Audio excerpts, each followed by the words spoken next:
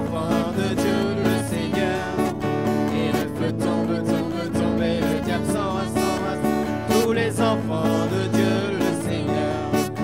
La joie du Seigneur est ma force. La joie du Seigneur est ma force. La joie du Seigneur est ma force.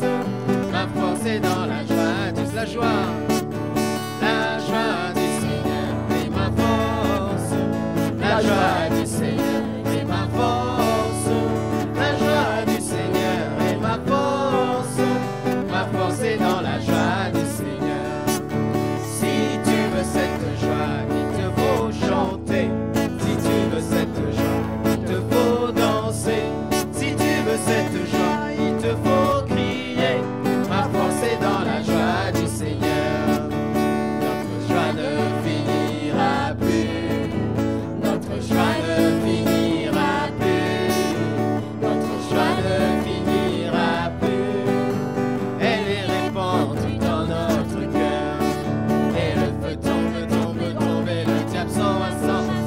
Tous les enfants de Dieu le Seigneur. Et le feu tombe, tombe, tombe, et le diable s'en va, s'en va. Tous les enfants de Dieu le Seigneur. Oh la joie du Seigneur est ma force. La joie du Seigneur est ma force. La joie du Seigneur est ma force. Ma force est dans la joie du Seigneur. La joie du Seigneur est ma force. La joie du Seigneur est ma force. La joie du Seigneur est ma force. Ma force est dans la joie du Seigneur. Si tu veux cette joie, si tu veux cette joie, il te faut chanter. Si tu veux cette joie, il te faut danser. Si tu veux cette joie, il te faut crier. Ma force est dans la joie du Seigneur. Notre joie ne finira plus. Notre joie ne finira plus. Notre joie ne finira plus. Elle est répandue dans notre cœur. Et le feu tombe, tombe, tombe, et le diable s'en va, s'en va, s'en va. Tous les enfants de Dieu le Seigneur. Et le feu tombe, tombe, tombe, et le diable s'en va, s'en va, s'en va. Tous les enfants de Dieu le Seigneur. La joie pour toi. La joie du Seigneur est ma force. La joie du Seigneur est ma force. La joie du Seigneur est ma force. Ma force est dans la joie du Seigneur.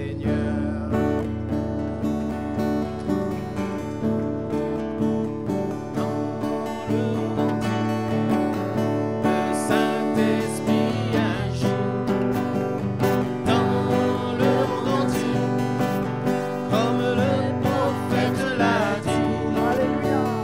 Dans le monde entier, le Seigneur répand sa gloire, remplissant tout l'univers, comme l'eau couvre le fond des mers. Dans le monde entier, le Saint-Esprit agit.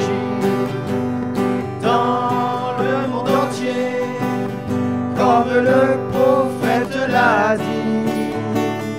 Dans le monde entier, le Seigneur répand sa gloire, remplissant tout l'univers, comme l'eau couvre le fond des mers. Au fond de mon cœur, le Saint-Esprit agit. Au fond de mon cœur, comme le prophète l'a dit. Au fond de mon cœur, le Seigneur répand sa gloire, remplissant tout l'univers, comme l'eau couvre le fond des mers. Dans le monde entier, le Saint-Esprit agit. Alléluia. Dans le monde entier, Oui, comme le prophète l'a dit. Dans le monde entier, le Seigneur répand sa gloire, remplissant tout l'univers, l'eau couvre le fond des Dans le monde mers. Dans Dans la le monde joie ce entier, matin, entrons dans la joie du le Seigneur. Saint-Esprit Alléluia. agit. Le Saint-Esprit agit Dans le monde entier, comme le prophète l'a dit. Alléluia. Dans le monde entier, le Seigneur répand sa gloire, remplissant tout l'univers, comme l'eau couvre le fond des mers. Dans le monde entier, le Saint-Esprit agit. Dans le Déclarons-le monde et entier, croyons-le, on le croit. comme le prophète l'a dit. Et on le croit, alléluia. Dans le monde entier, le Seigneur répand sa gloire, remplissant tout l'univers, comme l'eau couvre le fond des mers. Au fond de mon cœur, Oui, le Saint-Esprit agit. Au fond de mon cœur, comme le prophète l'a dit. Au fond de mon cœur, le Seigneur répand sa gloire, remplissant tout l'univers, comme l'eau couvre le fond des Dans le monde mers. entier. Dans le monde entier, le Saint-Esprit agit. Dans le monde entier, comme le prophète l'a dit. Dans le monde entier, le Seigneur répand sa gloire, remplissant tout l'univers, comme l'eau couvre le fond des mers. Dans le monde entier, le Saint-Esprit agit. Dans le monde entier, comme le prophète l'a dit. Dans le monde entier, le Seigneur répand sa gloire, remplissant tout l'univers, comme l'eau couvre le fond des mers. gloire à Jésus. Merci Saint-Esprit ce matin. Alléluia. Transforme nos cœurs. Alléluia. On check Alléluia, alléluia. Ah, on a l'ingénieur en chef qui est là. Merci David.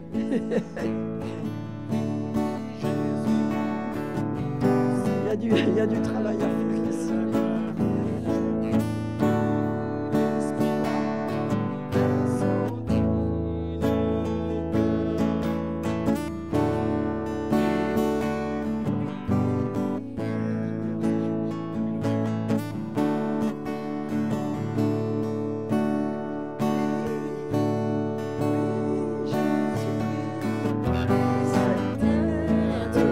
La gloire du Père brûle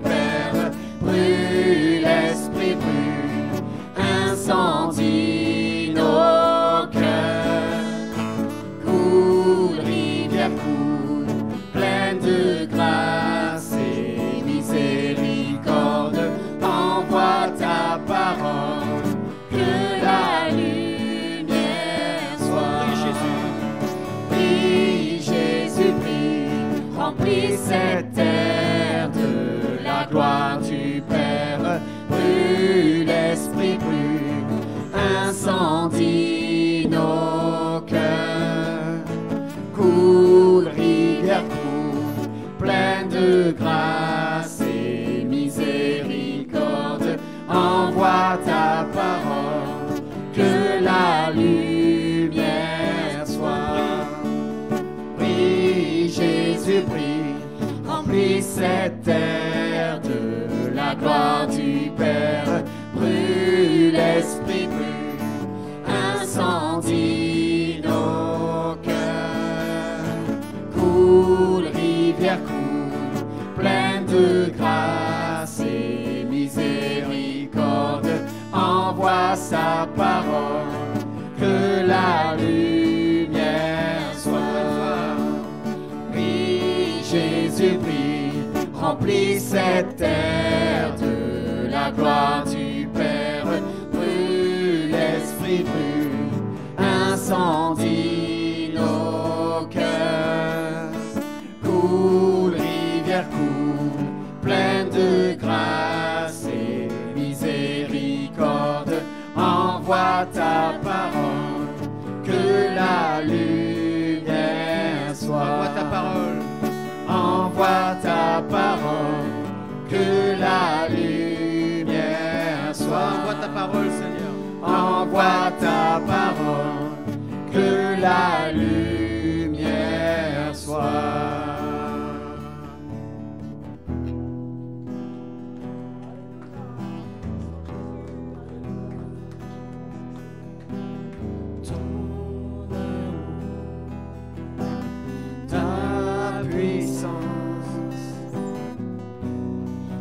Présence dans ma vie, ton amour, ta puissance,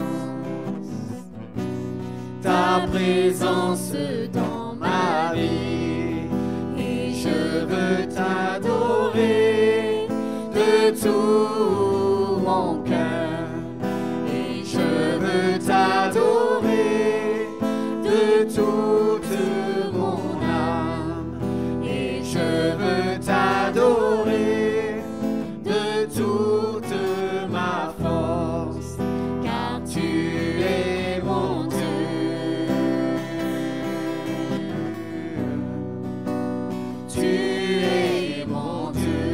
Ton amour, Seigneur, ton amour, ta puissance, ta présence dans ma vie, ton amour, ta puissance, ta présence dans ma vie, et je veux t'adorer de tout mon cœur, et je veux t'adorer de toute mon âme, et je veux t'adorer de toute ma force, car tu es mon Dieu.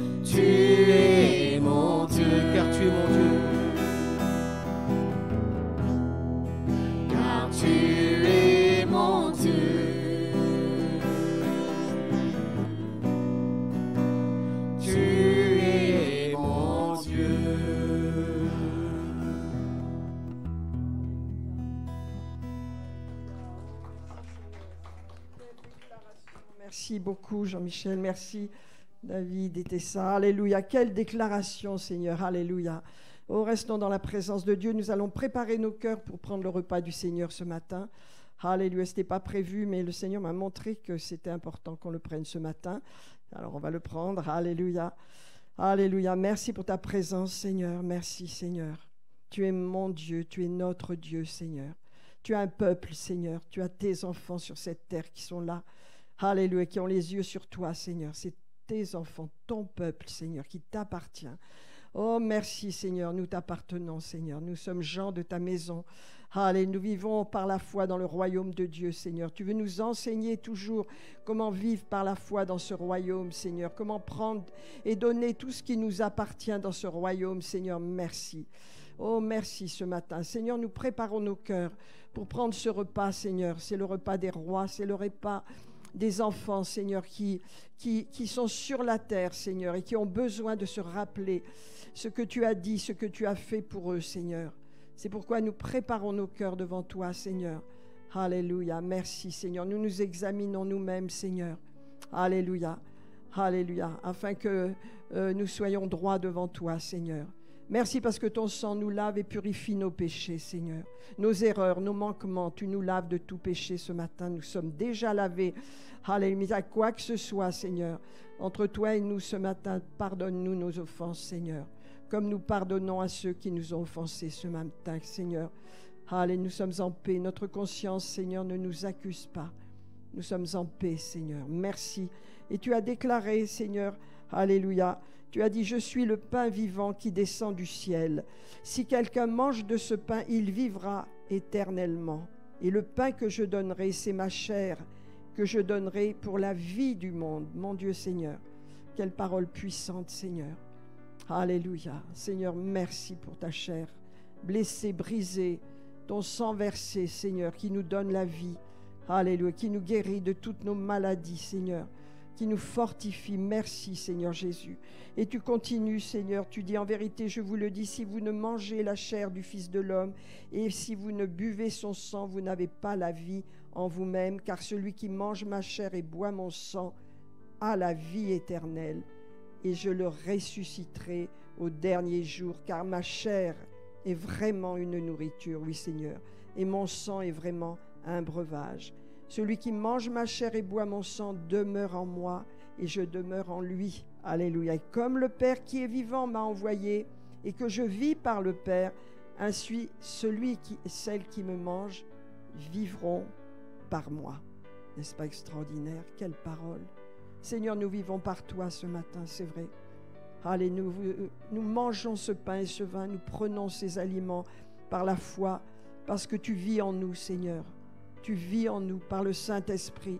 Tu es vivant en nous, Seigneur. Tu as purifié notre sang des malédictions héréditaires, Seigneur, générationnelles. Tu nous as lavés, tu nous as purifiés, Seigneur. Mon Dieu, merci pour la croix. Oh, merci pour la croix de Golgotha, où tu as porté toutes choses, mais merci aussi parce que tu es ressuscité des morts. C'est pourquoi nous pouvons vivre une nouveauté de vie, Seigneur. Et ce matin, nous allons prendre ce pain et ce vin, dans la joie et dans la foi. Alléluia. Amen. Amen. Et nous allons bénir tout simplement, vous savez que c'est Catherine qui nous a donné cela. Donc je vous dis ce que c'est. Vous aurez simplement à l'ouvrir. Vous avez le pain et vous avez le jus de raisin dans la même... Alors, on le bénit et puis on le distribue. Seigneur, merci pour ce repas saint que nous prenons. Alléluia, que nous bénissons. Alléluia. Nous prenons devant toi, Seigneur, que ce pain et ce vin soient bénis, qu'ils nous fassent du bien, tandis que nous prenons, que nous mangeons, Seigneur, ce qui nous appartient. Ta vie entière, Seigneur. Tu nous fortifies, tu nous relèves, tu nous éclaires, tu nous réjouis. Allez, ta lumière brille en nous. Merci Seigneur. Amen, amen, amen. Alléluia. Si quelqu'un veut distribuer, je me sers. Pardon. Merci. Oui, servez-vous. Alléluia. Gloire à Dieu. Merci Catherine. Bonne initiative.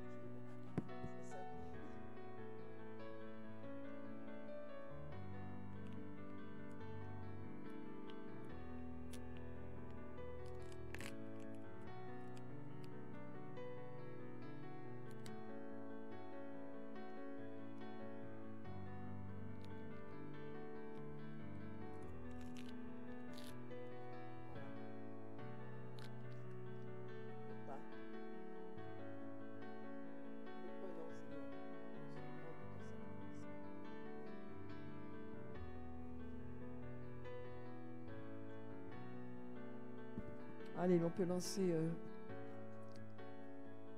le chant de...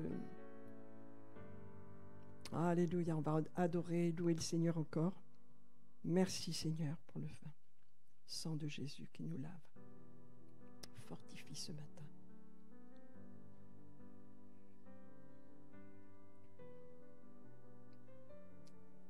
Alléluia.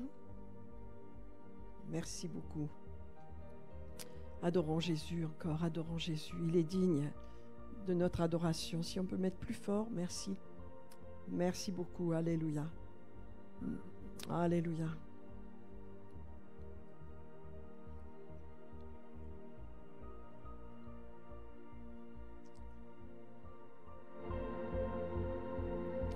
Viens, Saint-Esprit, viens, ouvre le ciel, descends sur nous, viens, Saint-Esprit, viens, feu éternel, embrase-nous, viens, Saint-Esprit, viens, touche la terre, descends sur nous, viens, Saint-Esprit, viens, amour du Père, embrase-nous, sois le feu qui me guérit, sois l'amour qui me bénit, voici mon cœur.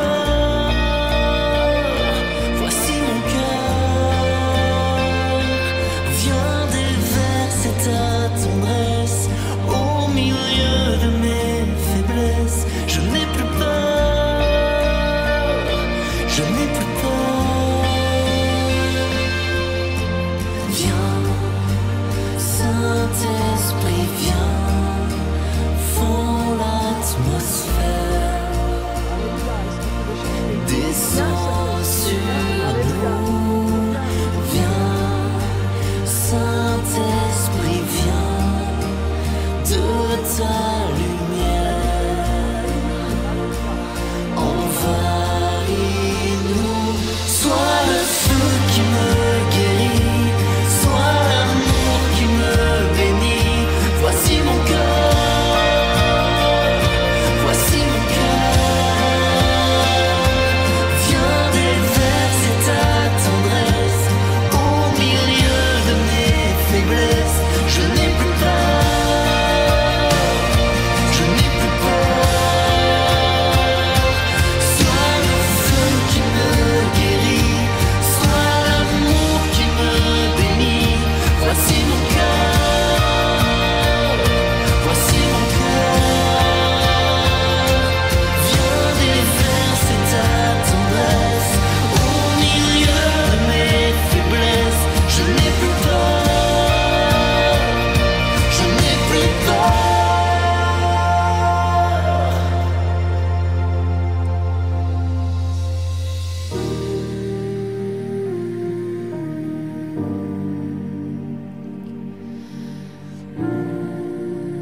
Fort, Seigneur. Ta force toute puissante, Seigneur Jésus.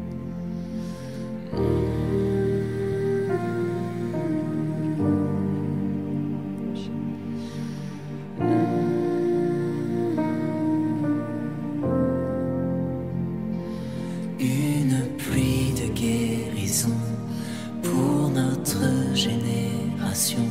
Voici nos cœurs, voici nos cœurs, dans l'onction de ton esprit, dans l'amour qui m'envahit. Je n'ai plus peur, je n'ai plus peur. Une pluie de guérison pour notre génération. Voici nos cœurs, voici nos cœurs, dans l'onction de ton esprit, dans l'amour qui m'envahit. Je n'ai plus peur, je n'ai plus peur.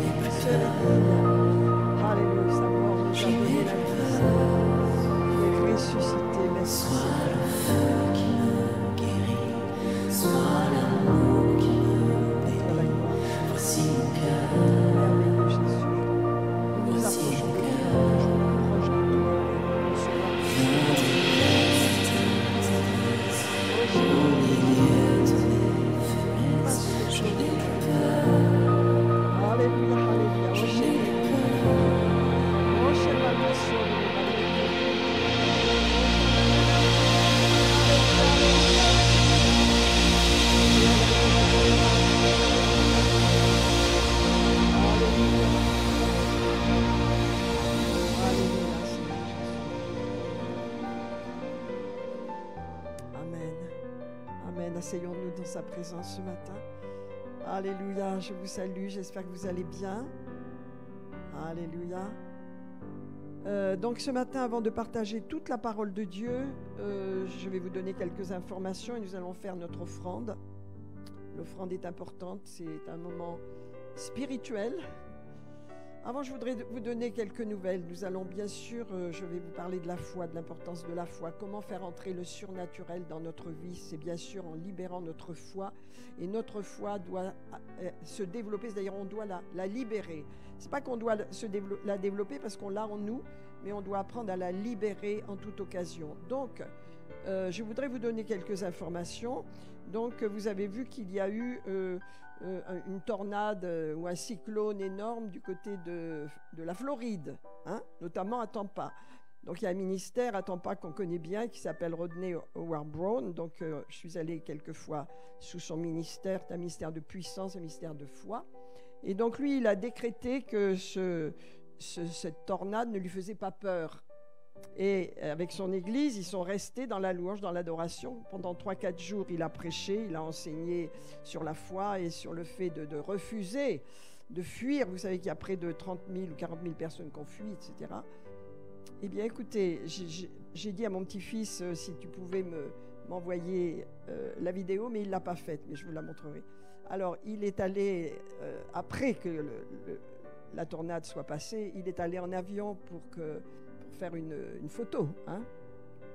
Alors, tout est écroulé, sauf tout son ministère. Alors, son ministère est énorme, hein, j'y suis allée, donc c'est des hectares, hein, c'est-à-dire il y a une grande église, il y a des terrains, et il y a notamment une structure, gonflable, vous voyez, énorme, pour contenir 4-5 000 personnes, hein, donc avec des chaises, avec, voilà, ça n'a pas bougé. Il n'y a pas une branche qui est tombée. Vous vous rendez compte?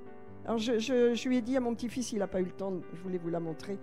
Mes amis, nous sommes dans des temps où c'est le temps de connaître la foi et de la libérer.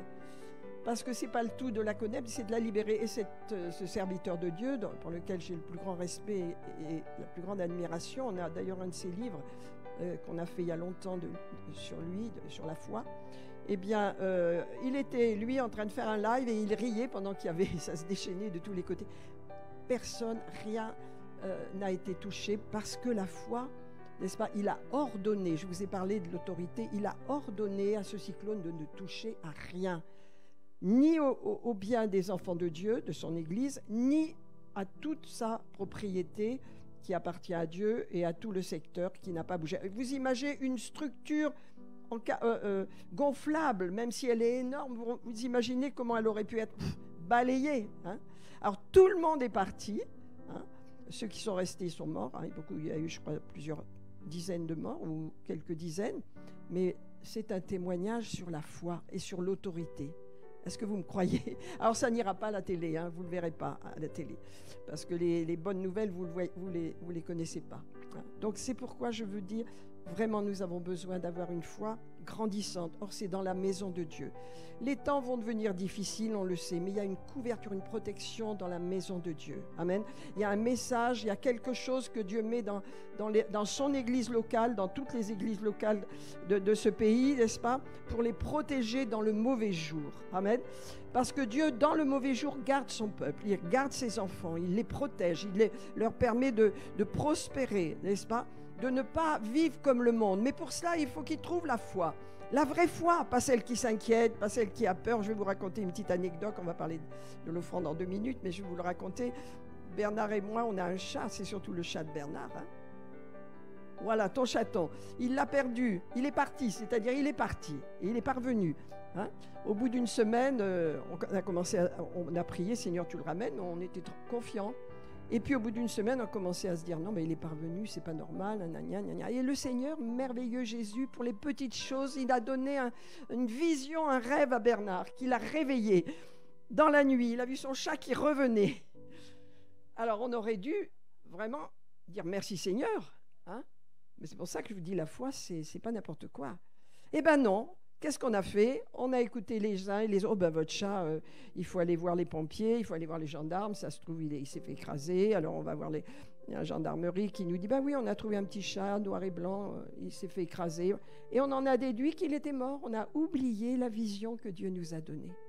Et voilà que 15 jours après, il arrive. Il s'appelle Moshe parce qu'il a été sorti des lots. Il arrive. Alors on a pleuré de reconnaissance et on a dit pardon Seigneur, mais tu nous avais donné un signe glorieux. Vous voyez, la foi, elle peut tomber au niveau des circonstances. On écoute les gens, on écoute les circonstances, on n'a plus marché dans la foi et c'est facile, vous voyez. Et on s'est dit, bon ben Seigneur, on a besoin vraiment de se reconnecter à la foi. On a besoin, quand Dieu en plus nous donne un signe, eh bien on doit le prioriser par-dessus tout, parce que dans sa bienveillance, le Seigneur, il donne un rêve à Bernard, il lui montre que son chat revient 15 jours après, et on n'y croit pas. On écoute les autres, les gens, à droite, à gauche, la police. Bernard est allé à la SPA. Non, votre chat, ben, il est plus de là. Il a dû être écrasé. Voilà, on écoute ça, parce qu'on oublie la parole que Dieu nous a donnée. Et on s'est dit, mon Dieu, on a vraiment besoin d'être dans la foi et de connaître bien la foi. Et ça vient progressivement. On a reçu la semence de foi, on l'a en nous, mais elle doit être nourrie. Amen. Alors ce matin, je vais rapidement vous parler simplement de l'offrande, parce que nous allons la faire maintenant, de façon à ce qu'on continue sur la parole. Matthieu 6, 19 nous rappelle qu'on a un trésor dans le ciel. Tout ce qu'on donne au Seigneur, toutes les finances qu'on a données au Seigneur sont capitalisées dans le ciel. Et quand vous en avez besoin, quand vous avez besoin de finances, quand vous avez besoin de quelque chose, c'est le moment de libérer cette provision en disant merci Seigneur, je reçois, j'ai besoin de temps et je reçois cette somme. Et Dieu met les circonstances en place, alléluia, pour nous rappeler, alléluia, que nous avons un trésor dans le ciel. Matthieu 6, 19, ne vous amassez pas des trésors sur la terre, où la teigne et la rouille détruisent et où les voleurs percent et dérobent, mais amassez-vous des trésors dans le ciel. Amen. Alléluia. Ça, c'est lorsque nous donnons financièrement au Seigneur. N'oubliez pas, quand vous donnez, vous êtes en train de remplir, de déposer, de faire des dépôts dans votre banque du ciel. Et souvent, vous voyez, on donne comme ça, on ne se rend pas compte parce qu'on est habitué à donner, mais Dieu nous rappelle, non, tu as une banque dans le ciel. Si tu as besoin de finances, si tu as besoin de quoi que ce soit, fais appel à cette banque du ciel que tu as pourvu dans cette banque. Tu as amené de la provision. Comme dans ton compte en banque, tu ne peux pas laisser ton compte en banque vide. Tu dois lui amener de la provision financière, sinon ton banquier va dire on va fermer votre compte. Or, notre compte est provisionné par les offrandes, les dons que nous faisons. Il est dit amassez-vous des trésors dans le ciel. Alors là, vous voyez, c'est un trésor qui ne sera pas abîmé, ne sera pas volé. La teigne et la roue ne détruisent pas. À l'inverse de ce qu'on peut produire sur la terre. Dieu nous dit ton trésor ne doit pas être dans les choses de ce monde. Tu en as besoin, tu as besoin d'argent, tu as besoin de prospérer. C'est vrai, mais réalise, tu as un trésor dans le ciel où les voleurs ne percent ni ne dérobent, car là où est ton trésor, là aussi sera ton cœur. Alors c'est une parole très puissante. Mes amis, rappelez-vous que tout ce que vous avez donné au Seigneur, alléluia, ça vous a constitué un trésor dans le ciel. Et que lorsque vous avez besoin de finances, ce n'est pas la peine de pleurer, de vous agiter et d'avoir peur. Simplement, demandez à Dieu ses finances parce que vous avez un trésor. Et le Seigneur, il va organiser les choses autour de vous pour que les finances viennent d'une façon ou d'une autre. Ce qui compte, c'est qu'elles viennent, n'est-ce pas? Parce qu'il y a le trésor là-haut. Seigneur, nous te bénissons pour cette offrande ce matin. Alléluia, nous savons combien c'est précieux. Alléluia, d'apporter notre contribution à la maison de Dieu parce que notre argent est sanctifié par la maison de Dieu, est sanctifié par le temple, elle est sanctifiée quand nous la présentons à Dieu. Et cette offrande que nous faisons de finances, Seigneur, elle est vraiment sanctifiée. Et elle sanctifie tout le reste de notre argent, Seigneur. Parce que tu nous donnes beaucoup de sagesse, comment utiliser notre argent, comment dépenser, comment mettre de côté, Seigneur. Je te remercie pour cette offrande. Nous la faisons de tout notre cœur au nom de Jésus.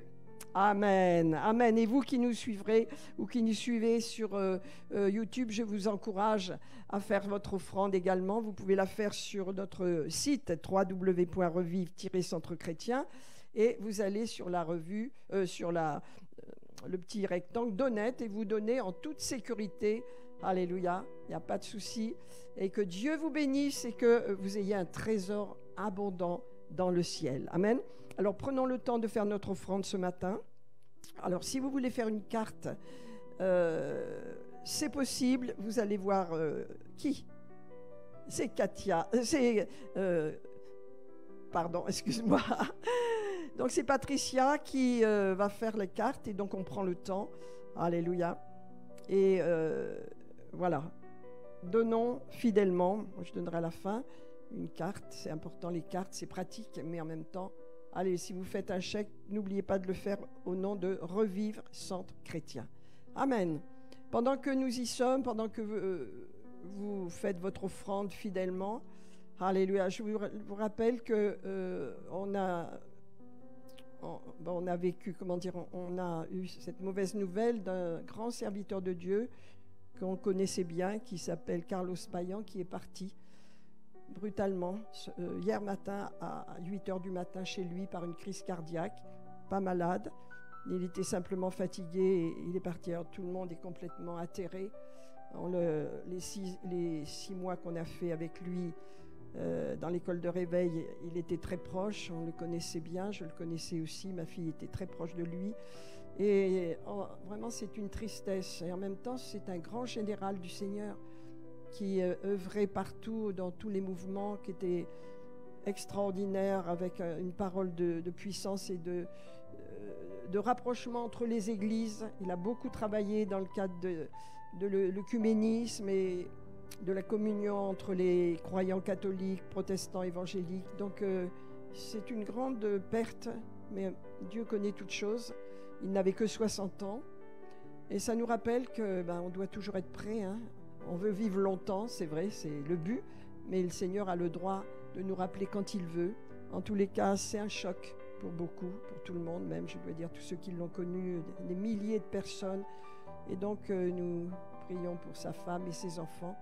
Et puis sa communauté. Hein, il avait une communauté. Paris, tout est possible. Et voilà, on a été atterrés. Alléluia. Mais tout continue, le Seigneur est bon. Amen. Dieu connaît les choses et connaît toutes choses. Alléluia. Donc ça va faire un vide, mais d'autres vont se lever comme toujours. Gloire à Dieu.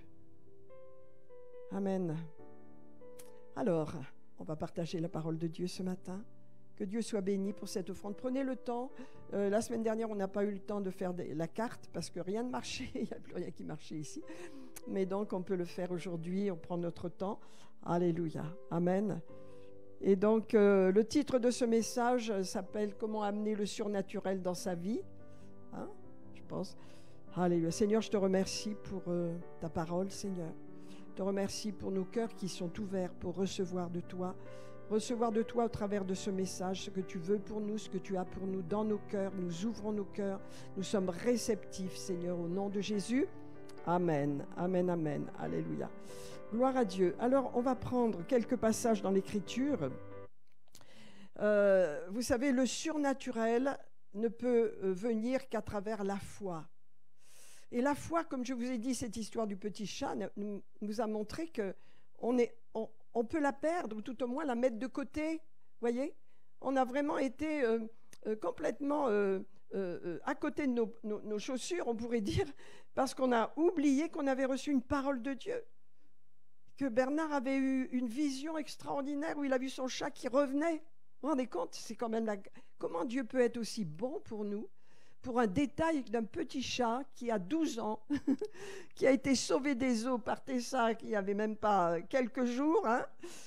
Et il a 12 ans, et voilà, et on est attristé parce qu'il est parti, puisqu'on vit avec lui depuis 12 ans quand même. Hein.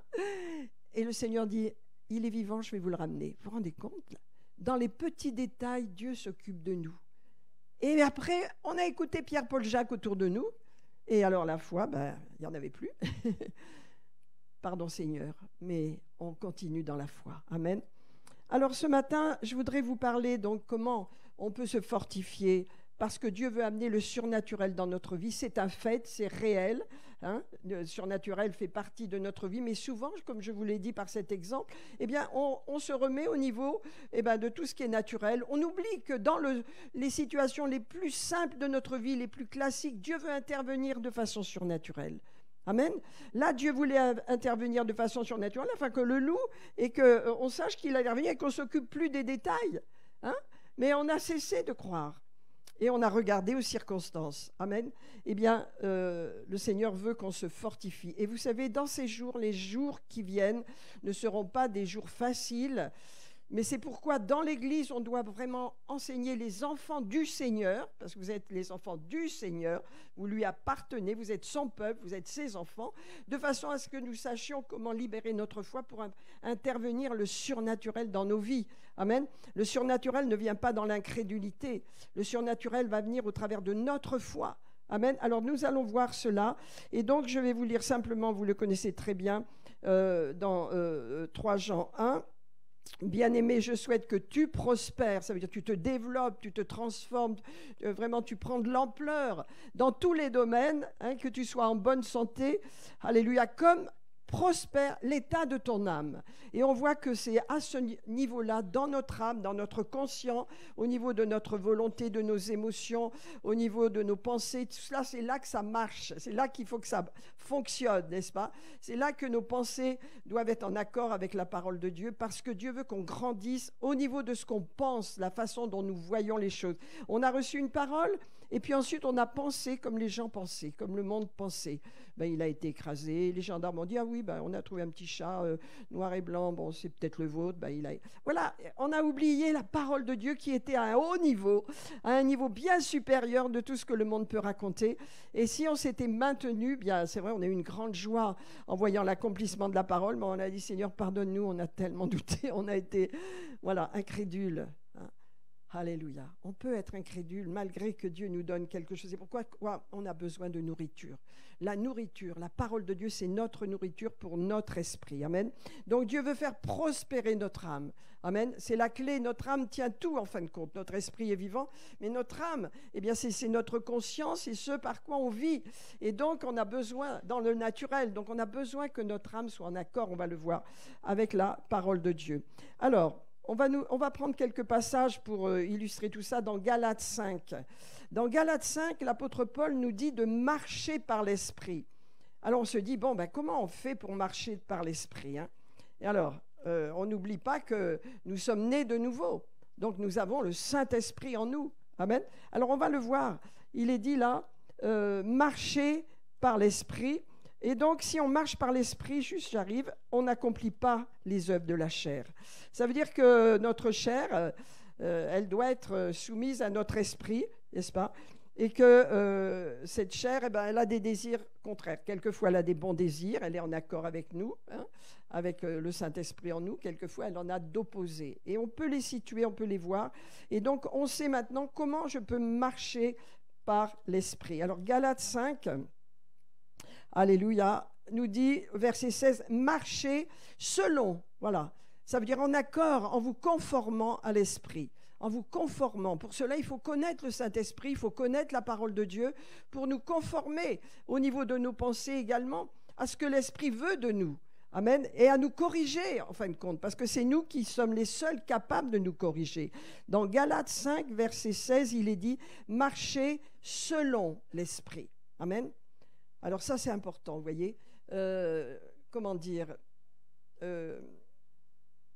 quand on fait un travail, par exemple, quand je fais des livres en ce moment, je fais de la mise en page, eh bien, je fais la mise en page selon la mise en page du livre initial, qui est un livre américain, en principe, qui est déjà fait, formaté. Donc, je fais en français exactement selon le formatage du livre modèle, si vous voulez, qui a été traduit. Mais je fais exactement, j'ai essayé de trouver la même écriture. Vous voyez, c'est un modèle. Eh bien, c'est la même chose. Marcher selon l'Esprit, c'est marcher comme le Saint-Esprit nous indique de marcher dans sa parole.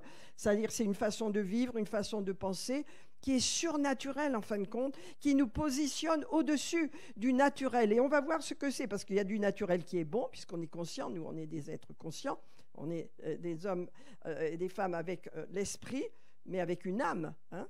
Notre esprit, à l'intérieur de nous, c'est ce qui est éternel, et notre âme est attachée à notre esprit, c'est notre conscient. Donc, marcher selon l'esprit, il faut bien que je comprenne comment ça fonctionne. Alors, on nous dit, voilà, la chair a des désirs contraires à ceux de l'esprit. Déjà, on comprend que c'est opposé. Hein. Donc, on a une dualité en nous-mêmes, il faut bien le savoir. Hein. Si on marche par l'esprit, on aura une dualité avec notre chair jusqu'à ce qu'elle soit sous autorité. Hein. Et ils sont opposés, on nous dit. La chair et l'esprit sont opposés entre eux, afin que notre volonté soit en accord avec la volonté du Saint-Esprit. C'est ça, pour que nous ne fassions pas ce que nous voudrions. Ça veut dire le Saint-Esprit. Le fait de marcher selon l'Esprit, c'est marcher soumis au Seigneur, soumis à la volonté du Seigneur, obéissant au Seigneur. Vous voyez, on est dans l'obéissance. Alléluia. Mais l'obéissance au Seigneur, donc le Seigneur, c'est sa parole. Alléluia. Alors, si vous êtes conduit par l'Esprit, voilà, et c'est ce que le Seigneur désire nous apprendre de plus en plus dans ces temps, afin que nous ne soyons pas perturbés avec ce qui arrive. Vous n'êtes plus sous la loi. Alléluia. Alors, on va nous dire ce que sont les œuvres de la chair, mais je voudrais vous parler du verset 22, mais je reviendrai aux œuvres de la chair.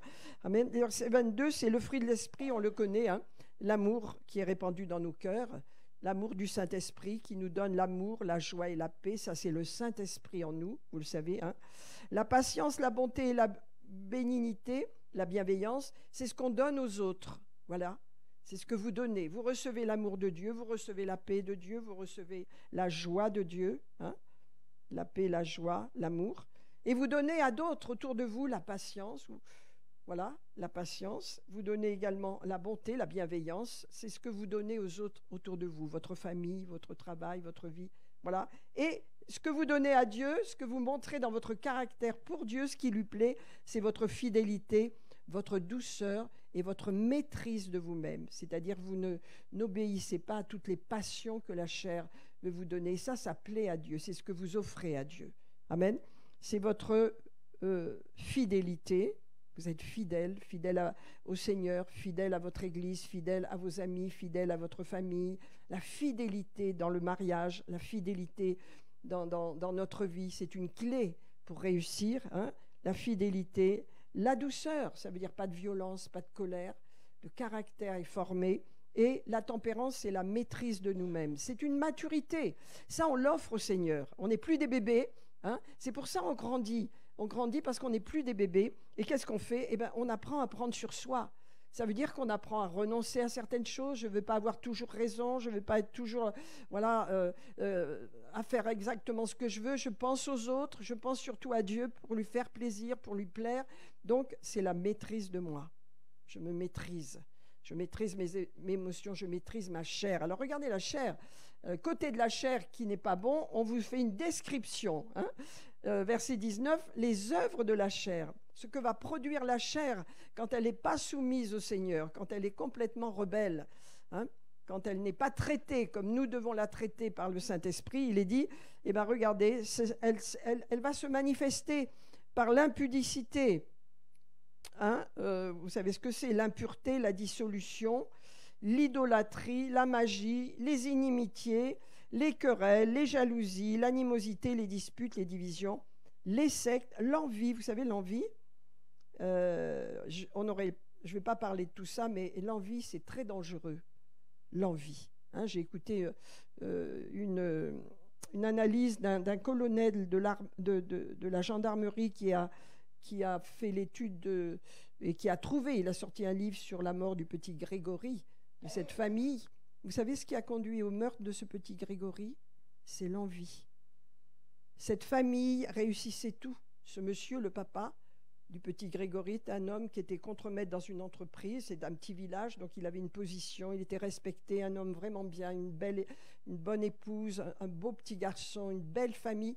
Et bien la famille était jaloux, et était jaloux de lui et l'enviait jusqu'au meurtre. Et c'est un homme qui avait cela. Il y avait plusieurs gens qui envoyaient des lettres, les corbeaux et tout, mais un homme, il l'a tué d'ailleurs, hein, c'est Bernard Laroche, c'est lui l'assassin. Eh bien, un homme, il ne pouvait plus tenir. Hein, un jour, il avait tellement cette envie, il le brûlait à l'intérieur, un geste irraisonné. Il est allé, il a pris ce petit, il lui a mis des cordes, hein, il l'a mis dans un sac, il l'a jeté vivant dans la rivière, là. Hein. Il a fait ce meurtre avec un témoin. Hein. Donc, le crime est vraiment élucidé. Mais ce colonel de la gendarmerie, il a parlé de l'envie. Il dit c'est des gens, ils sont rongés par l'envie. Et il expliquait le danger d'avoir envie, mais c'est une envie. Vous savez, nous, on a envie d'une belle robe. Oh, j'aimerais bien ta robe, j'ai envie d'avoir la même. C'est pas de ça dont on parle. Hein. Une envie morbide, des gens qui sont tout de suite mal à l'aise parce que vous avez une réussite ou que vous avez quelque chose de bien, ça les met dans un état second. C'est très dangereux. C'est pourquoi la Bible dit hein, de ne pas envier les biens de ton prochain, de bénir. Quand tu bénis ton prochain, quand tu bénis ta famille qui réussit plus que toi, etc., tu es à l'abri de ce genre d'émotions. Tu vois ? Et regardez ce qu'il dit. Les querelles, les jalousies, les disputes, les divisions, l'envie, l'ivrognerie et les excès de table et les choses semblables. Je vous dis que ceux qui font de telles choses n'hériteront pas du royaume de Dieu. Donc on voit que le Saint-Esprit nous appelle dans notre esprit à prendre autorité là-dessus, à dominer, à marcher selon l'esprit. Et selon l'esprit, il y a toujours la paix. Il n'y a pas la bagarre, il n'y a pas les querelles, il n'y a pas la violence, il y a la paix, il y a la joie. Alléluia, la confiance, alléluia, et la foi qui va agir, hein, parce que c'est de la foi dont je vous parle. Hein. Donc on marche selon l'esprit. Regardez 1 Corinthiens 2. Alléluia. 1 Corinthiens 2.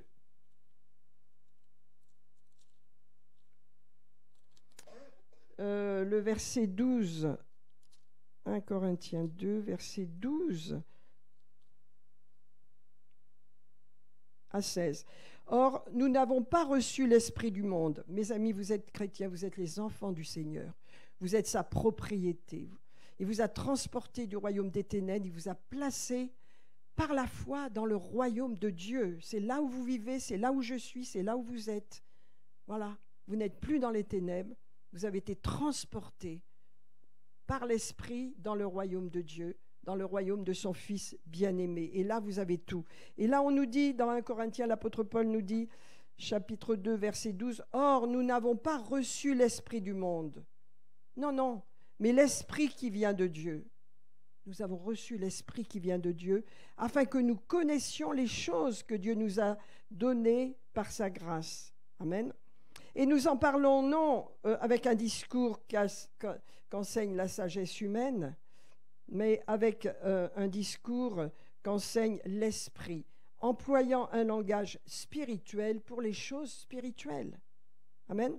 Alors on nous dit l'homme animal, ça veut dire l'homme naturel, notre chair si vous voulez, hein, eh ben, elle ne reçoit pas les choses de l'Esprit de Dieu, car elles sont une folie pour lui. Hein.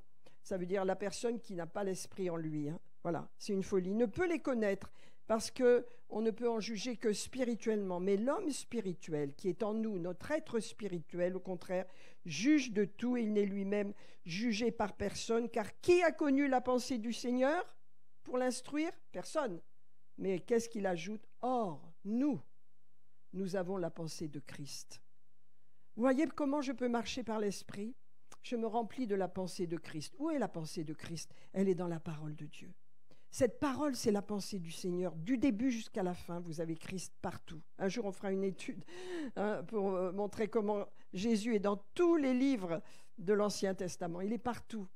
Mais nous, on en a la révélation dans la Nouvelle Alliance. Amen. Donc, on vous dit quoi? On vous dit que vous avez la pensée de Christ. Amen. Et ça, c'est une clé, c'est très important. Je voudrais vous lire un psaume, parce que cette pensée de Christ, elle est où? Elle est dans la parole de Dieu. On va lire un psaume, si vous voulez bien, parce qu'il est formidable. Et c'est le psaume 29. Tout à l'heure, on reviendra 1 Corinthiens 3, 10. Le psaume, si vous voulez, le psaume 29. Il nous parle de la puissance de la parole. Non seulement nous avons la pensée de Christ au travers de sa parole, hein, mais également, voilà ce que va faire la parole quand elle est en nous. Elle a une puissance. Ce serviteur de Dieu, Rodney Howard-Brand, il a libéré la parole.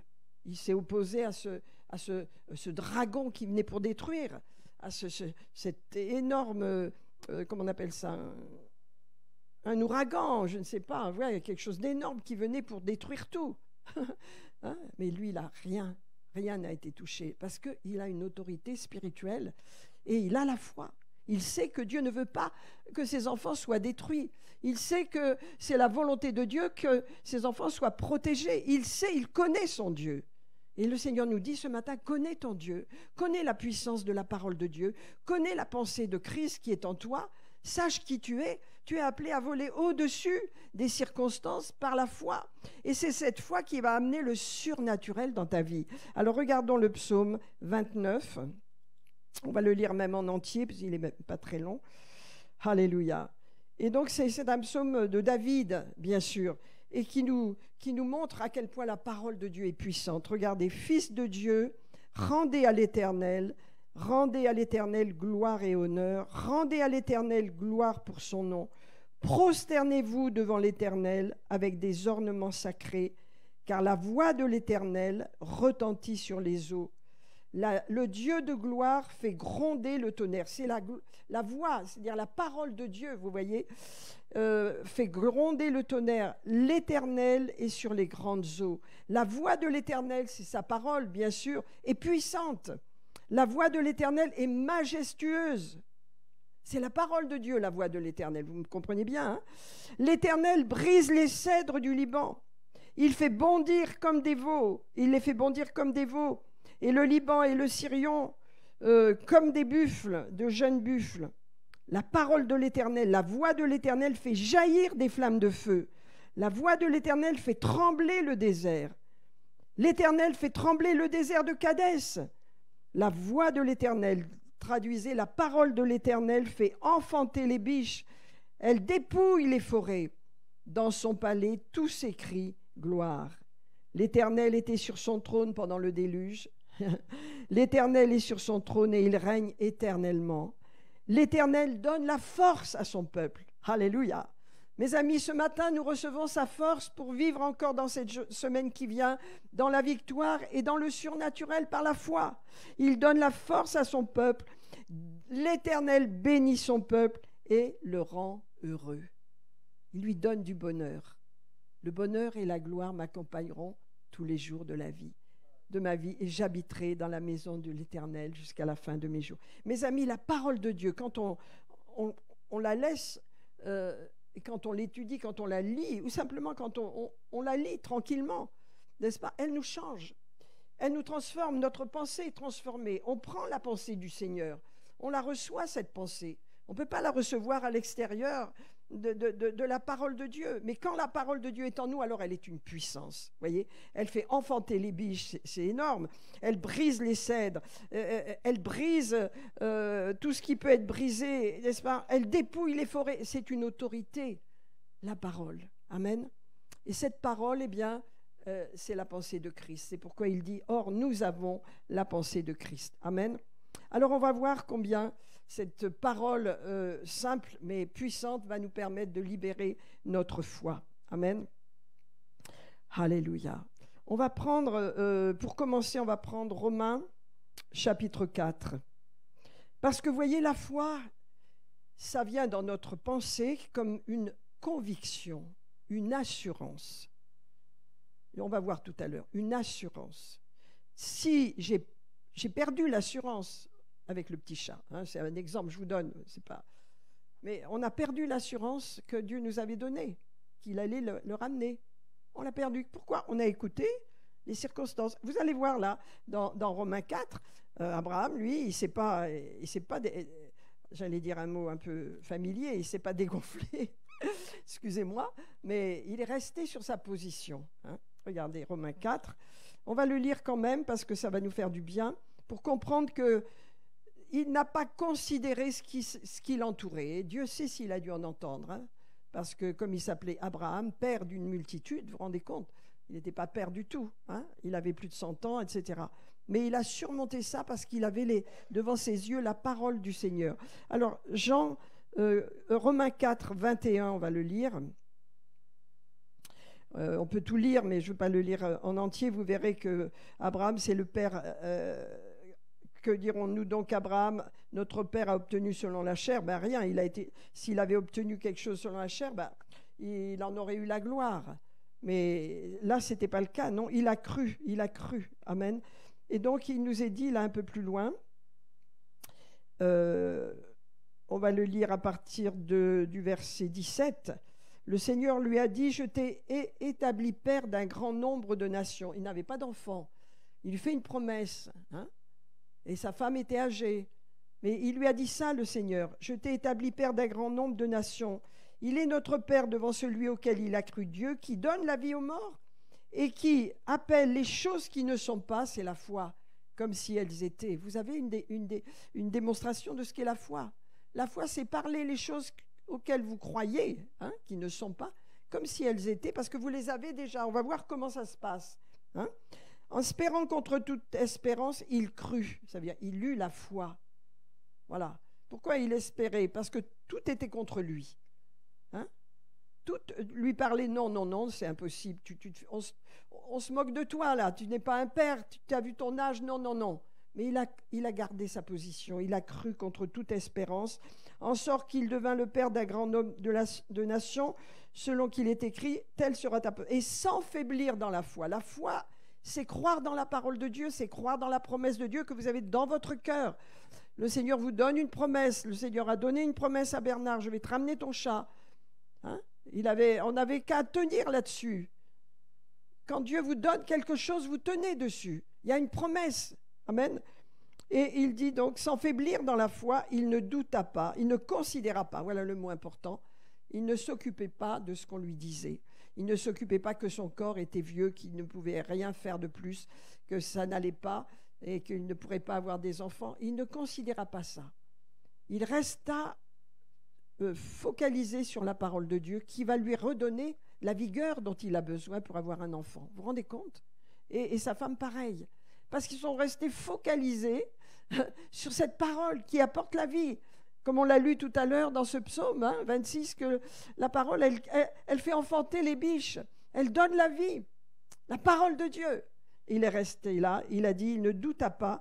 Alléluia. Il ne considéra pas son corps était usé, puisqu'il avait près de 100 ans et Sarah n'était plus en état d'avoir des enfants. Il ne douta pas par incrédulité au sujet de la promesse, mais il fut fortifié par la foi, donnant gloire à Dieu. Alors ça veut dire, mes amis, regardez ce qu'on nous dit. Verset 21, c'est la clé. Parce que la foi, quand il n'y a pas de conviction, c'est pas encore la foi dont on nous parle là. C'est pas encore la foi dont on a besoin pour régler les gros problèmes. Hein? Cette foi qu'avait le pasteur Rodney Warbrand, c'est cette foi qui était une pleine conviction. Parce que pour entraîner son Église dans une position de « soyez tranquille, vous n'arriverez à rien », alors que tout le monde a fui autour d'eux, il faut vraiment de la foi. Et il faut vraiment avoir cette conviction qui vient de Dieu, parce que vous êtes responsable des gens. Vous voyez, il savait. Vous savez quand vous recevez de Dieu. La foi, c'est cette conviction. Quand vous avez cette conviction, vous êtes inébranlable. Même si les circonstances bougent, même s'il y a des rapports qui ne vous plaisent pas, vous restez dans une position. Regardez, il a eu la pleine conviction, pas une petite conviction d'un jour qui passe, comme nous on a eu, non. La pleine conviction que ce que Dieu promet, il peut l'accomplir. Voilà quelle vision on a de Dieu, mes amis. Est-ce qu'on sait que notre Dieu est un Dieu surnaturel qui veut intervenir au niveau de notre foi pour nous bénir, pour que nous soyons heureux, pour que nous ayons vraiment ce dont nous avons besoin et ce que nous désirons, il veut nous le donner. Mais bien sûr, ça passe par un chemin, bien sûr, ça passe par une position. Hein? Dieu ne veut pas qu'il y ait du péché dans notre vie, Dieu ne veut pas qu'il y ait des choses comme ça bloque la bénédiction. Mais dès qu'on est en position, en règle avec lui, paf, notre foi va produire. Pourquoi? Parce qu'on aura faim et soif de la parole, et la parole va faire lever notre niveau de foi. Parce qu'on a suffisamment de foi en nous. Il faut simplement qu'elle soit nourrie. Il faut simplement qu'on soit encouragé. Alors regardez, il ne douta pas. Et ayant la pleine conviction que ce Dieu promet, il peut l'accomplir. C'est pourquoi cela lui a été donné et cela l'a justifié. Il a été rendu juste. La foi, c'est puissant. C'est parce qu'on est justifié devant Dieu qu'on est juste que cette foi, elle peut tenir. Je sais que Dieu veut mon bien. Je sais qu'il veut votre bien. Je sais qu'il veut vous bénir. Je sais qu'il veut vous donner. Mais il veut aussi que vous soyez dans la position de recevoir. Et ça, c'est tout un domaine. Alors regardez, gardez la pleine conviction. Hein, verset 21. Et vous allez dans Hébreux, si vous voulez, je vais vous le lire. Hébreux 11, la définition de la foi, c'est la même chose. Hein. Hébreux 11 nous dit quoi? Eh bien, la foi est la ferme assurance des choses qu'on espère. La ferme assurance. Alléluia. C'est pourquoi, mes amis, pour libérer le surnaturel dans notre vie, on a besoin de se nourrir. On a besoin de se nourrir. On a besoin d'être encouragé par la parole de Dieu et de se nourrir nous-mêmes aussi, pour que notre niveau de foi soit capable de saisir les promesses de Dieu quand les problèmes arrivent. Quand tout va bien, on croit qu'on est dans la foi, parce que tout va bien. Vous avez un petit problème qui arrive, eh ben, c'est là que vous pouvez perdre pied facilement. Parce que vous en oubliez la foi, vous en oubliez la promesse de Dieu, vous en oubliez, alléluia, que la parole de Dieu en vous va produire une sainte conviction. Quand vous avez cette conviction, mes amis, vous êtes inébranlables. Bernard et moi, on est passés par des épreuves, même des épreuves de santé, mais vraiment, on s'est tenu dans la parole de Dieu.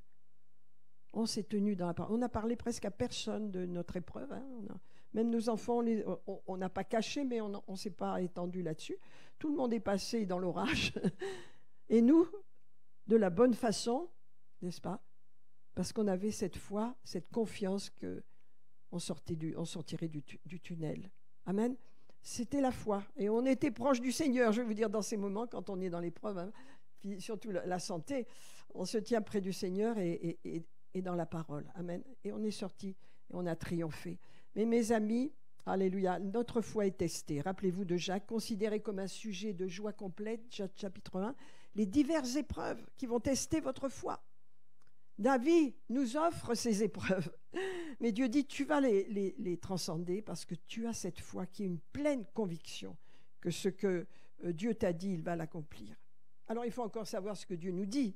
C'est pourquoi la parole, elle est la clé pour nous. Cette Bible, elle est la clé. Amen. Parce qu'elle nous enseigne. Et elle nous enseigne à connaître le Seigneur et surtout à avoir l'esprit de Christ. Le même esprit que Jésus avait. Regardez, maintenant on va lire un passage, je vais bientôt m'arrêter, mais c'est important de voir, alléluia, à quel point le Seigneur a agi de façon puissante. On va prendre dans Jean chapitre 4. Alléluia. Tout le passage de Jean, ce passage, Jean 4, 5, 6, c'est puissant, mais dans Jean chapitre 4, alléluia, non, je vais aller plus loin. On va prendre Jean chapitre 5, je le prendrai un autre jour, chapitre 4. Alléluia. Vous savez, Jésus arrive à Bethesda, à la piscine. Vous savez que Jésus avant était en Galilée, hein? Il a fait 120 km à pied, j'ai regardé. Jésus, il marchait, hein, je vais vous dire. 120 km à pied pour aller de la Judée, de la Galilée, par exemple, jusqu'à Jérusalem. Ça prenait 5 jours. Il faisait tout à pied avec ses disciples. Hein. Imaginez les choses quand même. Hein. 120 km à pied. Alléluia. Eh bien, c'était extraordinaire. Hein. Donc, il monte à Jérusalem. Il était en Galilée, là. Et là, il va se rendre incognito à la piscine de Bethesda. Il découvre une piscine avec des portiques, c'est-à-dire des endroits où les gens sont couchés à l'abri du soleil, n'est-ce pas? Et il y a beaucoup de paralytiques et il y a un ange qui descend de temps en temps et qui agite l'eau. Alors tous les gens sont prêts à être jetés dans l'eau parce que le premier qui touche l'eau, hein, il est guéri. C'était, voilà. Et voilà que là, il y a un homme qui est malade depuis 38 ans et Jésus le sait.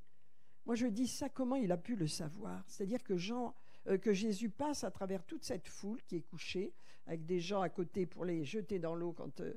voilà, c'est des gens qui ont plus de moyens. Et il se renseigne, le Seigneur.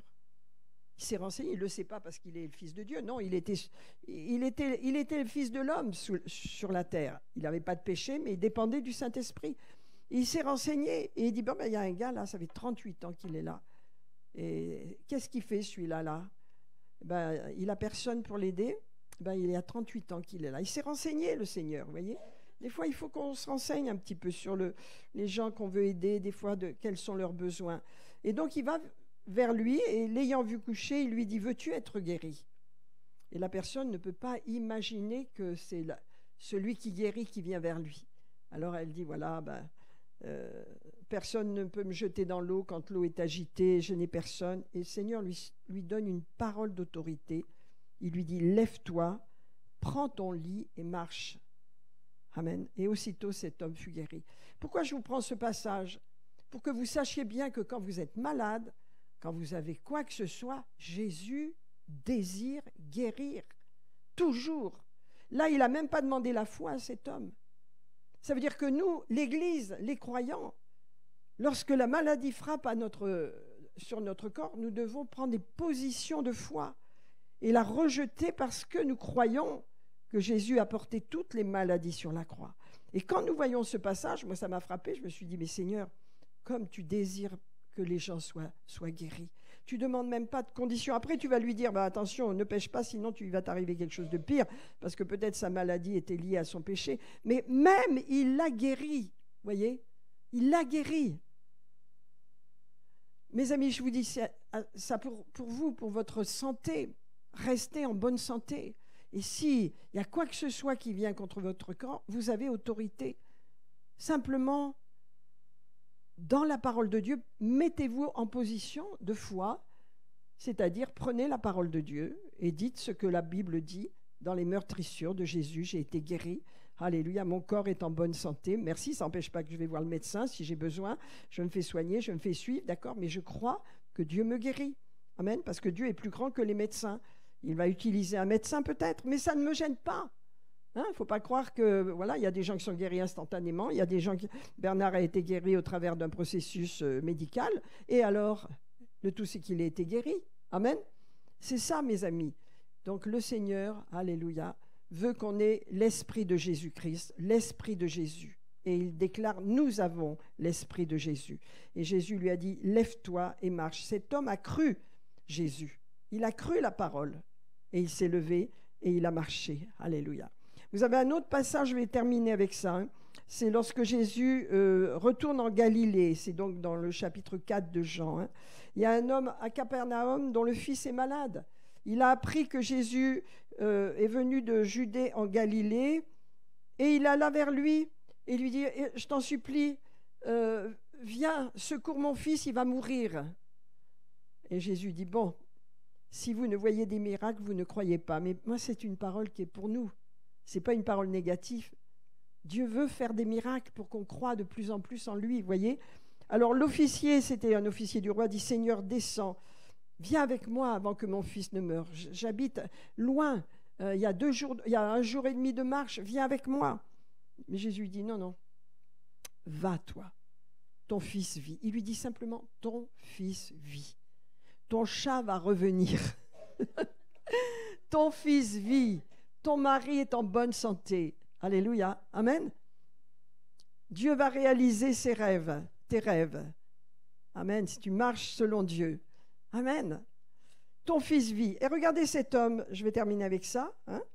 Eh bien, cet homme est parti et il a cru dans la parole. On nous dit, verset 50, cet homme a cru. C'est ça la clé. On a cru, nous aussi, un moment. Puis après, on a cru ce que disaient les autres gens autour de nous. Et on ne s'est plus rappelé de la parole, de la vision du Seigneur. C'est pourquoi je vous dis, on a besoin de se nourrir. On peut tomber comme ça, si on ne veille pas, si on écoute Pierre, Paul, Jacques autour de nous. Les gens, c'est le monde, ils sont incrédules. Le monde est incrédule et le monde est dans la peur. Le monde est sous la peur, pas nous. Alléluia. Alors, il a cru et il est parti. Alors cet homme, il est parti loin quand même. Vous vous rendez compte, la vie de son fils était en jeu, mais Jésus a parlé et il a cru dans la parole de Jésus. Et comme il descendait le lendemain, les gens sont venus lui dire, écoute, ton fils vit. Ah bon, quand est-ce qu'il a retrouvé la vie et que la fièvre l'a quitté? Hier, à la 7e heure, la fièvre l'a quitté. C'était à 13h de l'après-midi, ça veut dire. Et le père reconnut que c'est exactement à 13h de l'après-midi que Jésus lui avait dit, ton fils vit. Et il crut, lui et toute sa famille. Ça veut dire, il eut une foi solide. Mes amis, prions pour que vraiment le Seigneur nous visite et que notre foi progresse. Alors on se dit, bon, on est à Vichy, il n'y a pas de problème, etc. Vous ne savez pas de quoi demain sera fait. On ne sait pas. Hein, regardez ce qui se passe aux États-Unis, en Floride notamment. C'est grave. Hein, ils avaient déjà eu un énorme typhon, je crois, je ne sais pas quoi, peut-être 15 jours ou 3 semaines avant. Un autre, je veux dire, ça n'arrête pas. Nous, on est dans la paix, mais vous savez, le monde est en guerre. Hein, comme disait quelqu'un, un serviteur de Dieu, il dit, qu'est-ce qu'on va faire si jamais il y a quelque chose qui soit lâché en bombe atomique, par exemple. On n'a pas un seul abri, nous. En Israël, ils ont des abris partout, mais nous, on n'a même pas un abri où aller. S'il y avait une bombe atomique qui était lâchée, on est dans une situation où il peut y avoir des dangers comme ça. Alors, dans l'Église, Dieu va nous donner toujours la directive pour nous protéger. Il va nous donner toujours comment nous conduire, il va nous conseiller. Toujours. C'est pourquoi l'Église est là. Elle est précieuse. Amen. Seigneur, nous te remercions ce matin parce que nous voulons grandir, c'est vrai, grandir dans la connaissance de Christ, grandir dans le surnaturel. Et pour cela, c'est notre foi qui a besoin d'être bien établie sur ta parole, Seigneur. Nous avons l'Esprit de Christ. Oh, nous avons la pensée de Christ également, Seigneur. Nous avons la parole de Christ. Cette parole qui brise les rocs, cette parole qui fait enfanter les biches, Seigneur. Cette parole qui met le feu aux forêts. C'est une parole de vie, Seigneur. Une parole qui transforme et aussi qui secoue. Père, merci pour ta parole ce matin, Seigneur. Alléluia. Que l'esprit de foi se lève en nous, Seigneur.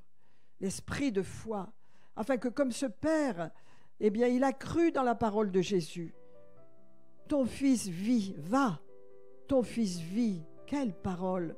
Il a cru et il est repris son chemin pour marcher jusqu'au lendemain après-midi. Et pour qu'on lui dise, mais oui, la fièvre l'a quitté exactement il y a plusieurs heures, peut-être une journée à l'avance. Seigneur, quelle foi. Il a cru, lui et toute sa famille. Merci, Seigneur. Avant que nous avons la foi, maintenant notre foi arrose-la, Seigneur. Alléluia. Que la parole de Dieu vraiment puisse être en contact avec nous, afin que nous puissions puiser dans cette parole et que nous soyons éclairés, Seigneur, dans toutes les circonstances de notre vie, Père. Nous voulons prier ce matin. Quelles que soient les circonstances que nous rencontrons. Alléluia.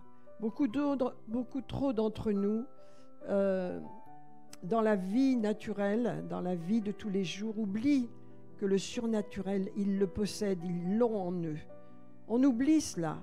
Et c'est pourquoi on règle les choses à la façon naturelle. Mais le Seigneur nous dit ce matin, alléluia, regarde à moi parce que ce n'est pas ma façon de faire. Ma façon de faire, c'est d'intervenir dans ton présent et de te libérer les bénédictions que j'ai pour toi, à la façon dont je veux les libérer moi-même, Seigneur. Le Seigneur te dit cela ce matin.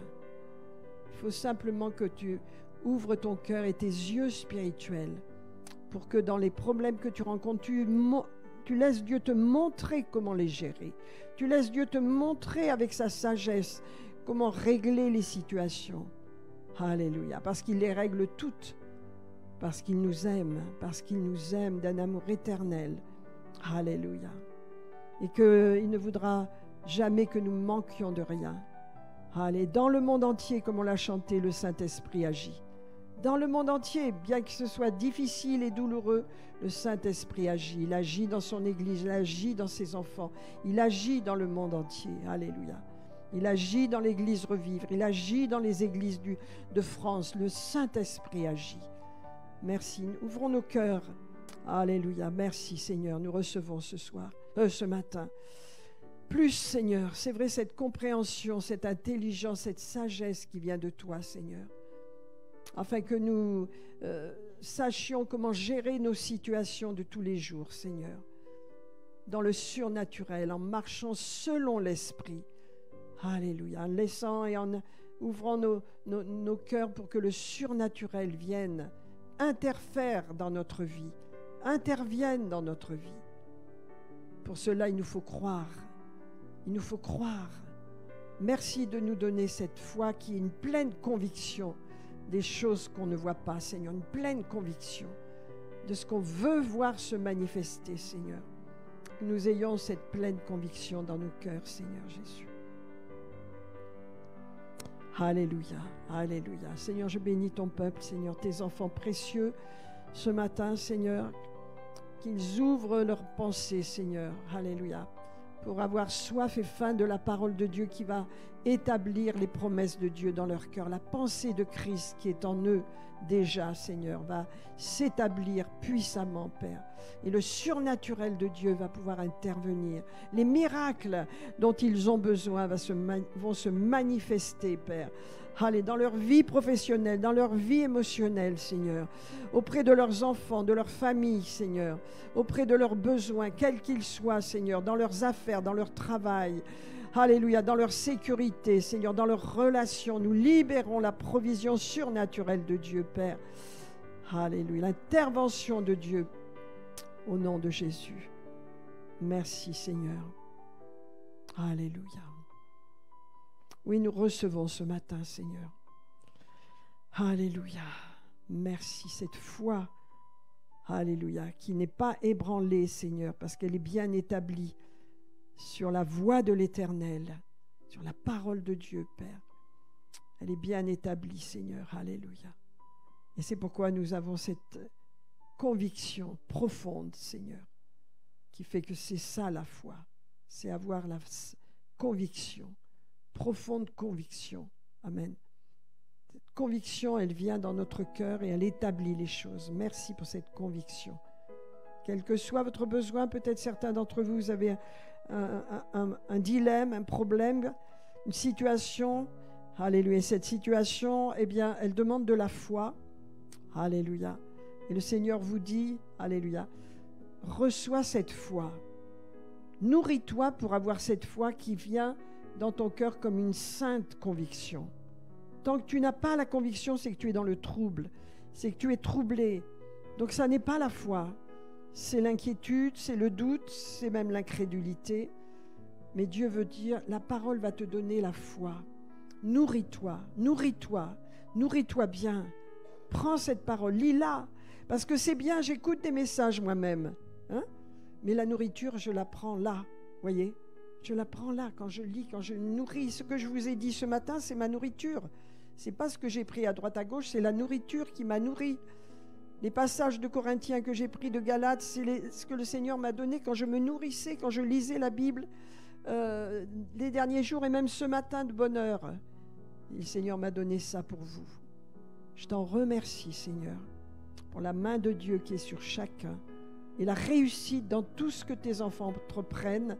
Alléluia. Réussite et la joie dans leur travail, dans leur famille, dans leurs activités, au nom de Jésus. Amen, amen, amen.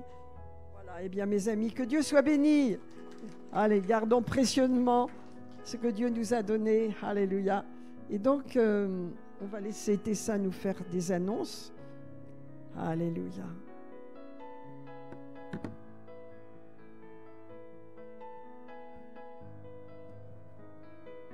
Bonjour les amis, donc cette semaine nous avons donc découvre ton appel à servir, donc vendredi, donc 18 à 19h30, et comme on a décalé, on rajoute encore une date, donc il y aura aussi le 25, c'est pas noté sur la feuille, mais donc il y aura vendredi 18 et vendredi 25 à l'église en présentiel à 19h30, donc vous pouvez toujours vous inscrire donc à la librairie ce matin. Et donc, c'est important de recevoir ces fondements précieux. Et si vous dites, qu'est-ce que c'est l'appel de Dieu? Qu'est-ce que moi j'ai un appel? Venez, c'est très très important de venir et de recevoir de Dieu parce qu'on est tous appelés à aimer Dieu, aimer les gens et servir. Donc, c'est la vision de l'Église. Donc, on devrait tous être là vendredi parce que donc on aime tous Dieu, on aime tous les gens. Et on veut tous servir Dieu parce qu'il est là, il brûle en nous et il y a quelque chose qui brûle à l'intérieur de vous, mais on a besoin de recevoir ces fondements pour que ce qui brûle à l'intérieur de vous puisse se libérer et se développer parce qu'on est tous appelés. Amen. Donc tout le monde a bien retenu ces deux dates, vraiment c'est très important, vendredi 18 et 25 et on s'inscrit à la librairie. On a la réunion de prière, bien sûr, mercredi à 19h30, ici comme d'habitude. Donc, ne loupez pas ce rendez-vous, c'est important. Et puis, donc, vous savez, on met la clinique du Saint-Esprit comme chaque année. Donc, cette clinique, elle porte bien son nom. Qu'est-ce qu'on fait? Eh bien, on opère dans cette clinique. On opère à cœur ouvert. Et donc, elle a lieu le 9 novembre, samedi 9 novembre, à partir de 9h30 jusqu'à environ 16h. On met un temps à part ici, dans la maison de Dieu. Et on vient avec notre cœur. Mais il faut être prêt parce qu'on va mettre le cœur sur la table. Et donc, venez pas comme ça, comme un séminaire, ou parce que c'est pas ça. C'est pas ça du tout, du tout. C'est pas un séminaire, c'est là où on vient avec notre cœur et on dit, Seigneur, moi, voilà, j'ai besoin que tu opères telle chose et telle chose. Donc, si vous avez repéré des choses en vous, que vous dites, j'en ai marre, j'en peux plus, ça, j'en veux plus dans ma vie, eh bien, venez. Et même si vous l'avez déjà fait, eh bien, revenez. Parce que c'est pas, les choses se font pas en une fois. Et donc, c'est important donc, de venir à cette clinique du Saint-Esprit parce que pour servir Dieu, c'est important d'être guéri. Et donc, Dieu veut opérer parce qu'il veut vous guérir, parce qu'il veut guérir à travers vous aussi d'autres personnes. Donc, retenez bien cette date, samedi 9 novembre, toute la journée, et il y aura une participation financière pour le repas. Et c'est pareil, c'est sous inscription, donc on s'inscrit à la librairie. Vous pouvez vous inscrire dès ce matin. Ok, donc Pasteur mercredi et toute cette semaine nous parlait de ce fameux petit livre rose. Donc tous ceux qui ne le connaissent pas encore, il est à votre disposition. C'est un livre d'évangélisation. Quelqu'un t'aime en secret, bien sûr, ça parle de Jésus. Et donc c'est important, vous pouvez le laisser. Et j'ai appris que notre cher Pierre, qui tient une boutique, l'a mis dans sa boutique auprès de sa caisse. Donc quand les gens payent, il a mis « Servez-vous ». Donc les gens se servent et repartent avec un petit livret. Donc, c'est bien qu'il ait fait ça. Donc, on est passé dans son magasin, donc c'est pour ça qu'on le sait. Mais c'est important vraiment d'en avoir, messieurs, dans vos poches ou vos boîtes à gants de vos voitures. Et mesdames, dans les sacs à main.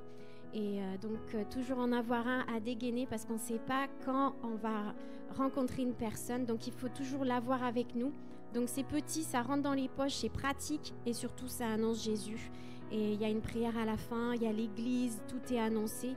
Donc, repartez pas sans ce petit livret. Il est à votre disposition juste à gauche en sortant, parmi d'autres choses. Mais ça, c'est très important. C'est notre livret d'évangélisation du moment. Et voilà, et la phrase importante, c'est « J'ai quelque chose à vous offrir ». Pas à vous donner, mais à vous offrir.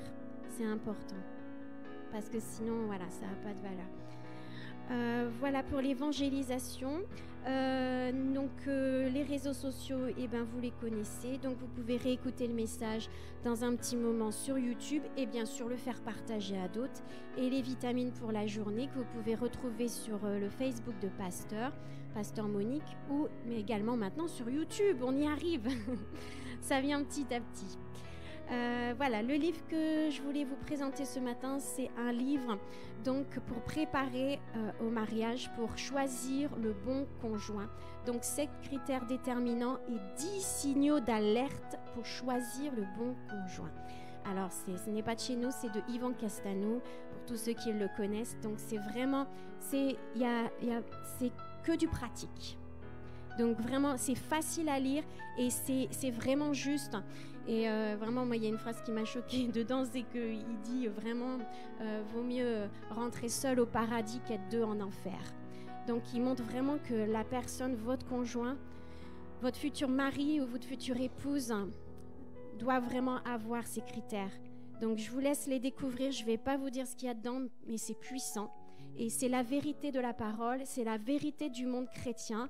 Et je vous dis juste cette phrase, vaut mieux être seul au paradis que Dieu en enfer.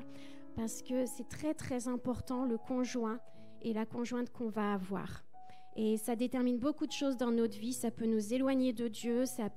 Vous pouvez vivre un mariage catastrophique et avoir des pleurs. Et c'est pas ce que Dieu veut pour nous. Parce que ce que Dieu veut pour nous, c'est bon, agréable et parfait. Donc vraiment, jetez-vous sur ce livre. C'est plein de bon sens et c'est la vérité de la parole. Et il est à la librairie ce matin et je peux en avoir d'autres si jamais vous n'en avez pas assez. Voilà pour les annonces. Eh bien, on se retrouve au plus proche mercredi pour la prière et je laisse la parole à pasteur. Soyez bénis ce matin. Merci beaucoup, merci. Alléluia. Amen. Alors, je vous rappelle bien le petit livre rose, là. Hein. Voilà, il y en a beaucoup. Servez-vous. Je voudrais que les piles, c'est pas à distribuer comme ça, c'est à donner à des gens. Hein, moi, je fais surtout quand je fais des courses, que je vais chez Leclerc, je ne manque pas d'en donner aux dames qui sont à la caisse. Et elles sont toutes contentes. Hein. Quelqu'un t'aime en secret. C'est vraiment, ça passe, ça passe. Allez-y, semons. Vous savez, c'est une semence que nous faisons. Et donc, on les a fait imprimer. On en a beaucoup. Hein, on en a plus de 1000. Donc, vous avez de la marge. Mais j'aimerais que ça diminue les piles derrière de façon à ce que vous utilisiez. Moi, j'en ai toujours 3-4 dans mon sac. Et quand je les ai donnés, ben, j'en reprends 3-4. J'en ai toujours. Amen. Parce qu'on est avec des gens, c'est à donner aux gens avec qui on a contact ou pas, ou très peu de contact, par exemple. Est-ce que je voudrais vous offrir ce petit livre. Ah oui, merci, vous dites ça à la caisse de chez Leclerc. Elles sont toutes contentes. Donc n'hésitez pas, amen, pensez aux gens. Vous savez, un petit livre comme ça remet les pensées des gens.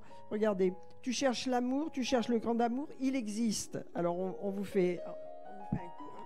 C'est Louis qui a écrit ça. Hein. Mais alors, qu'est-ce qui a foiré? Ah oui, bon, ben, je vous donne les grands. Et non, cette personne n'est pas ton crush amoureux. Ça vous dit quelque chose, ça? Crush amoureux. Bon, c'est encore mieux. Comment faire? Quelqu'un t'aime et on te dit toute la définition et on te dit après que c'est Jésus qui t'aime. Donc voilà, c'est intéressant et ça peut surprendre, mais c'est bien fait. Alors, je vous encourage à vous le procurer. Amen. Allez, on termine par la prière, par la bénédiction. Que Dieu soit béni ce matin. Seigneur, te remercions pour tout ce qui a été dit, tout ce qui a été fait, tout ce qui a été prononcé en ton nom, Seigneur, et qui nous a fait du bien ce matin, qui nous rappelle combien nous sommes précieux à tes yeux et combien tu veux bâtir notre vie solidement, Seigneur, afin que nous ne soyons pas ébranlés dans les temps qui viennent, que nous soyons sous la couverture de Dieu. Alléluia, quels que soient les orages, les tumultes. Merci pour la sécurité et la protection de tes enfants, Seigneur. Dans cette semaine et dans les jours qui viennent, je libère ta grâce et ta bénédiction sur chacun au nom de Jésus. Amen. Alors, je vous souhaite une bonne semaine, un bon dimanche et à la semaine prochaine.